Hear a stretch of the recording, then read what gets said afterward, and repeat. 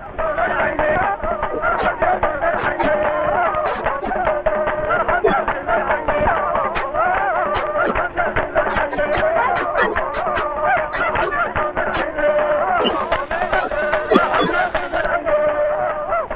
a third of the continent of Africa is covered by the Sahara herds.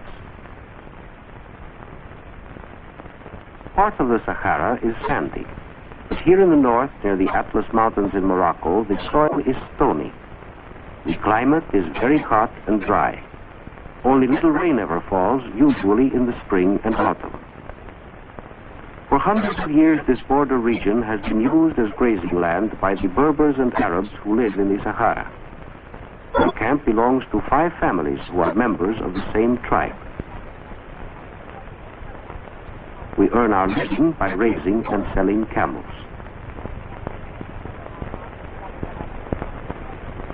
We need a fire in the early morning, for though the days are hot, the nights are cold.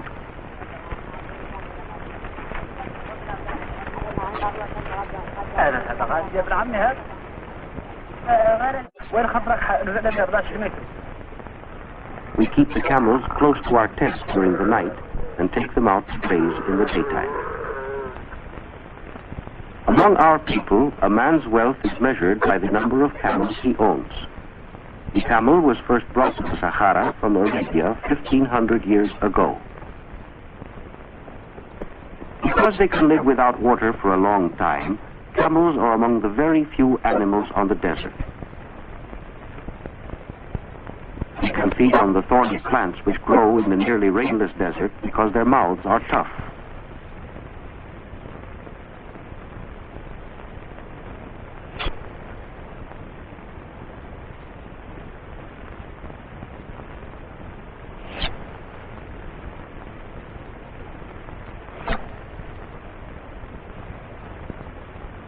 In addition to our herds of camels, we also have a few goats which supply us with milk and meat, and whose skin and hair we use and sell. They have to climb into the trees to find food.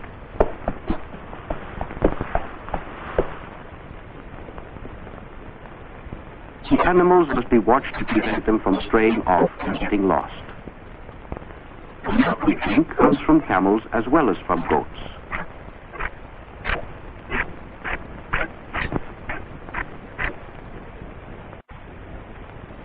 Bujma, the son of our chief, like the other boys of our camp, takes his turn at guarding the camels.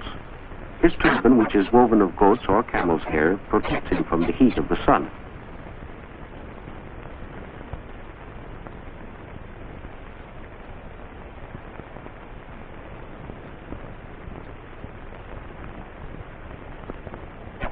For lunch, Bujma has a bowl of camel's milk. He also eats some fresh dates which grow at the few places in the desert where there is enough water.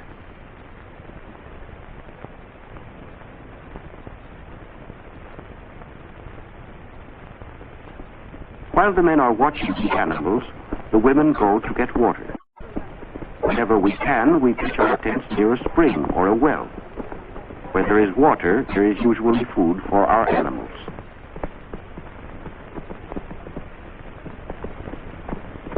Water is scarce in the desert. Our water supply comes from widely scattered pools. When it rains in the mountains to the north, some of the water seeps for many miles underneath the surface of the desert. Often it collects in pools, but sometimes we have to dig for it.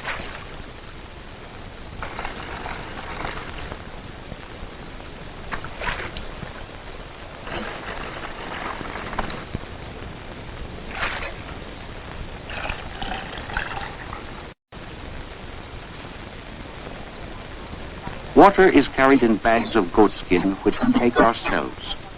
We use goatskins instead of pottery jars because they are easy to load and won't break when carried on the backs of our animals.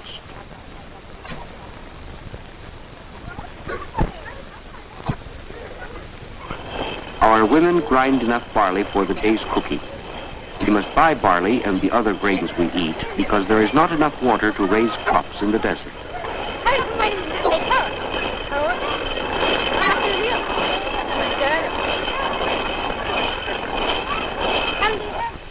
The water skins are hung on wooden racks to make pouring easier.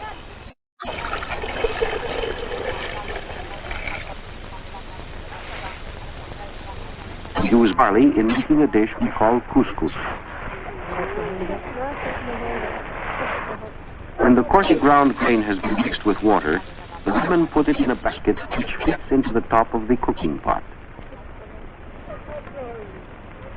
They seal the basket to the mouth of the pot with flour paste. Steam from the soup, which simmers inside the jar, cooks and flavors the barley.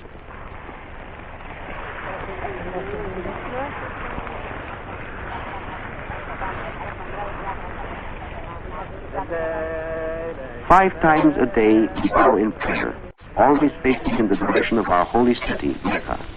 We are Mohammedans and believe in one God, for whom our name is Allah.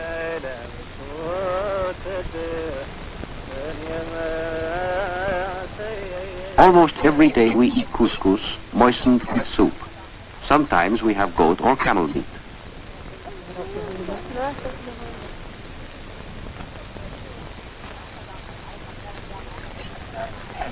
Water is scarce, so we use it carefully in washing.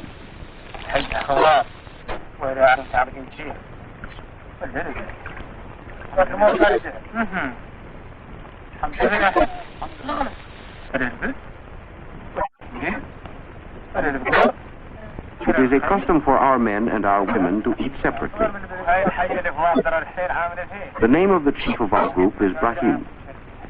The chief always decides where we shall camp and when we shall move on to other pastures. Tonight we are told that we must break camp in the morning to look for new feeding grounds.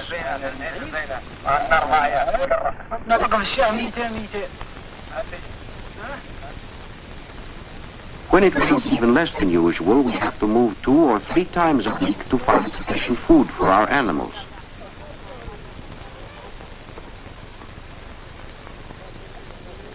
Many of our things are carried in bags made of fine leather. Since we move so often, everyone knows just what to do. It is easy to pack because our only possessions are those which we simply cannot live without. In the cases, there is a special place for each piece of equipment. If the equipment were not protected, it might break when carried on camelback.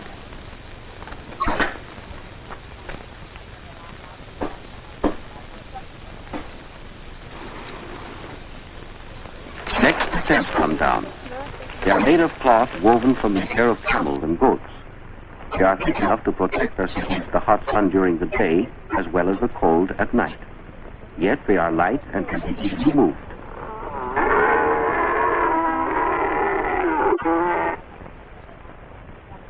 A fat camel can carry 500 pounds or more.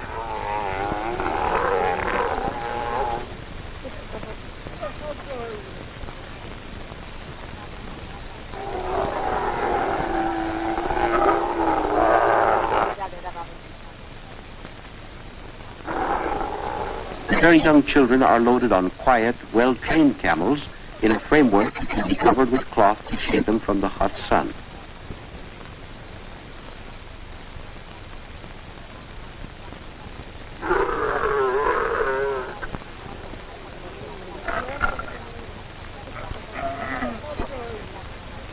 Within 3 hours, we nomads can pack everything we own and be on our way across the desert.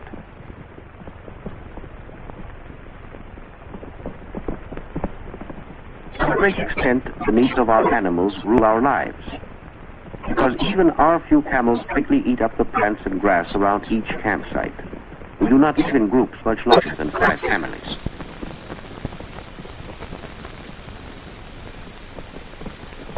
In very dry years, our camels cannot find enough to eat and may die of hunger.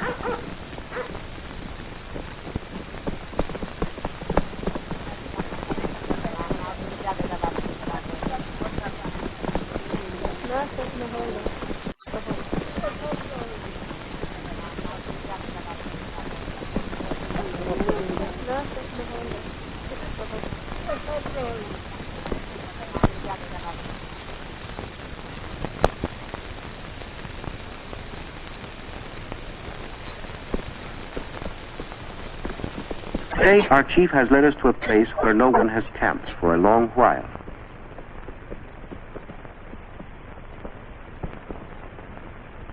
Always, as soon as we reach a new camping place, we unpack our possessions, set up the tents, and go to get water.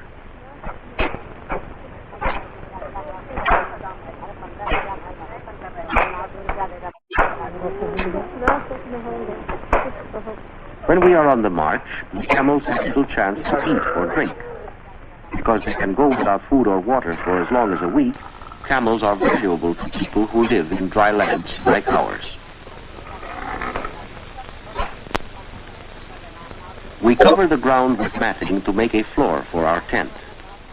We will sleep on rugs of goats or camel's hair laid over the matting.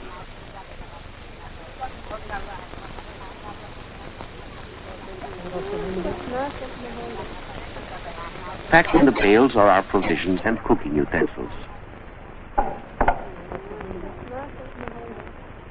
As soon as we make, the women bake barley bread. They place the dough between hot stones.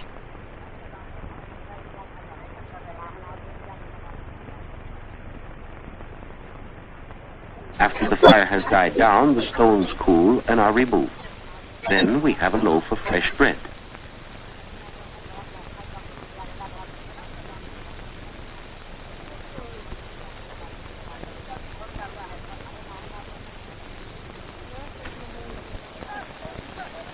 Our children cannot go to school because we are always moving from place to place.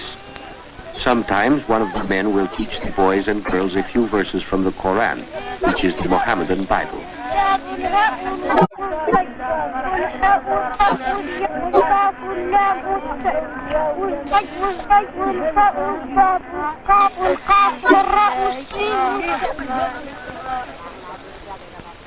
Tonight, after our camels have been tied up, the men gather in the tent of our chief, Brahim.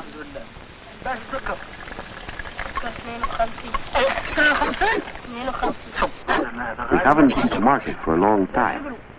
We will soon need to buy some more food, especially barley and tea, which is our favorite drink.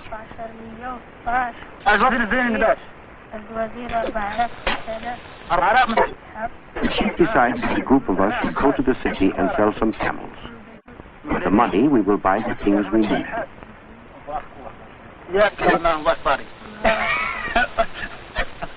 Uzma will be allowed to go with us. The trip will take at least 2 days, so we start early in the morning.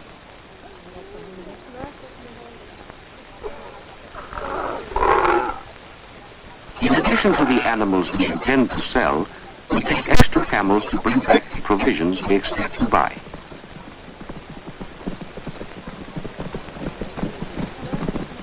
Camels are raised only in the desert, but they are much in demand in the regions north of the Sahara. There they are used as work animals, though their meat is also eaten. Many camels live and work for 20 years.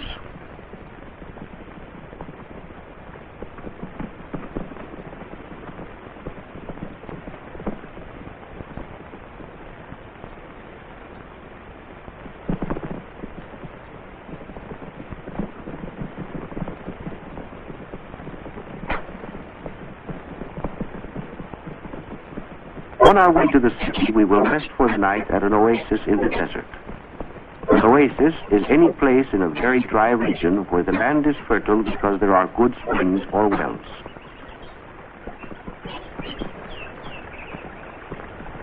The smell of palm trees is always welcome, for they are a sign that water is nearby.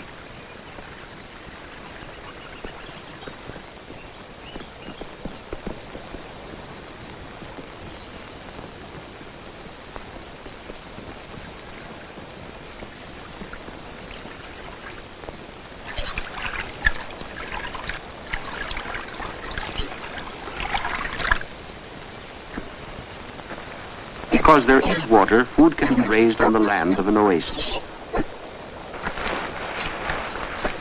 Farmers can live in permanent homes instead of following herds as we nomads do. But even in the oasis, water is not limited. Each farmer takes his turn at using the water for a limited time each day.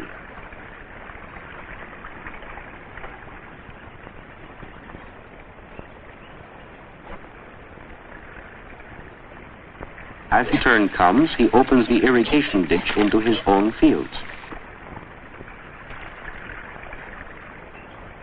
We measure the time allowed to each farmer by using a small bowl with a hole in the bottom.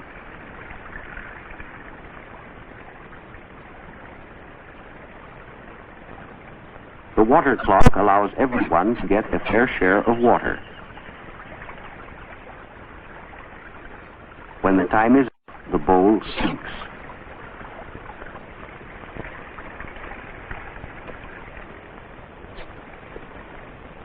In the oasis, all the land that can be tilled and irrigated is used for crops.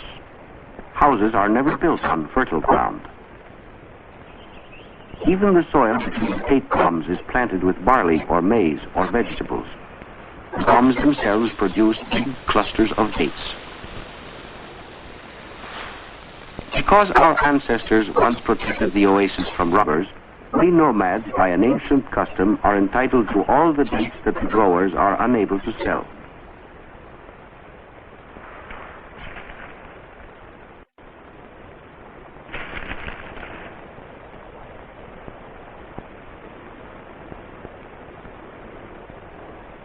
From the oasis where we spent the night, it is about 15 miles to the city.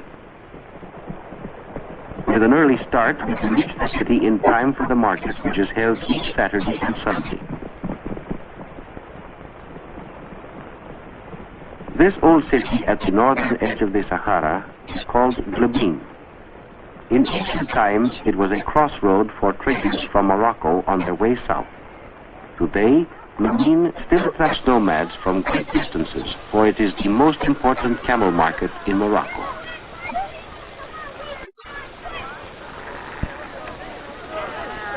Camel buyers from cities farther north come to this market to trade.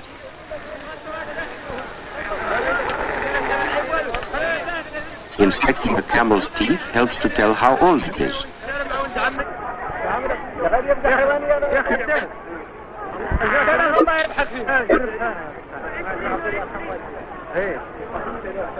The sale of each camel involves much bargaining.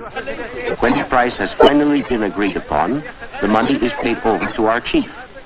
The deal is completed when the seller strikes the purchase money in the buyer's hands.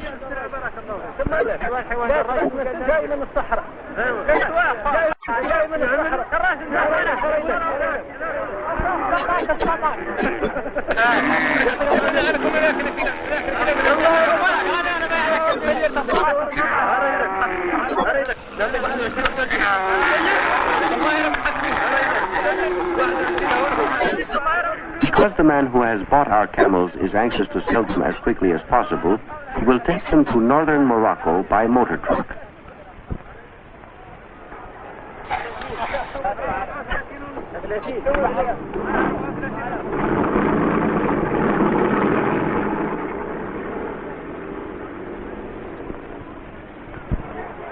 Most of the money that we receive from the sale of our camels is spent in the city.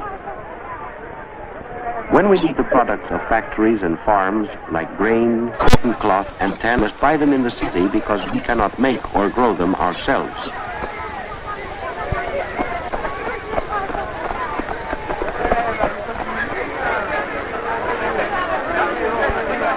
Rahim and Bourgeois inspect the various kinds of tea for sale. Tea comes to the desert markets from China and other faraway lands.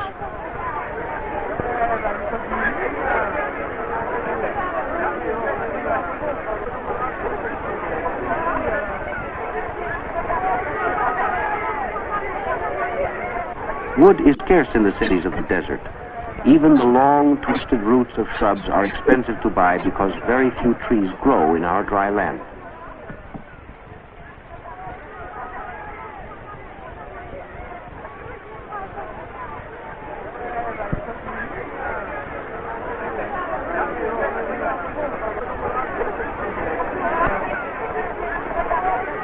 The barley sold in the grain market is grown on oases or on farms farther north of where we live.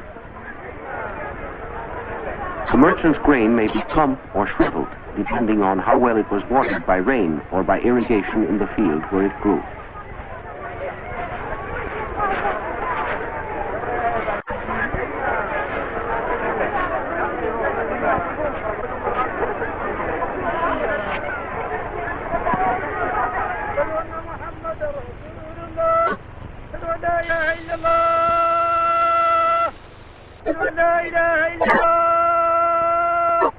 From the mosques of the city, faithful Mohammedans are called to prayer 5 times a day by a man we call a muezzin. After finishing our trading, we return to our camp in the desert.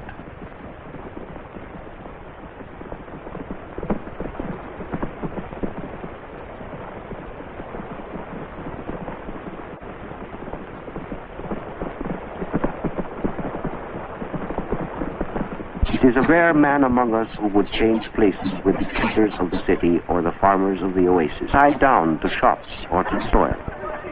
Searching for food, and we nomads wander with our animals through the Sahara Desert, which is our home.